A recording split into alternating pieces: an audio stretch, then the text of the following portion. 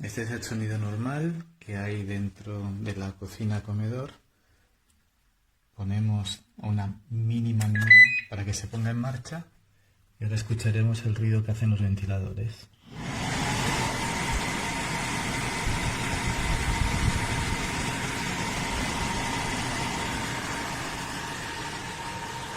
Y aunque se diga ya se cierra, los ventiladores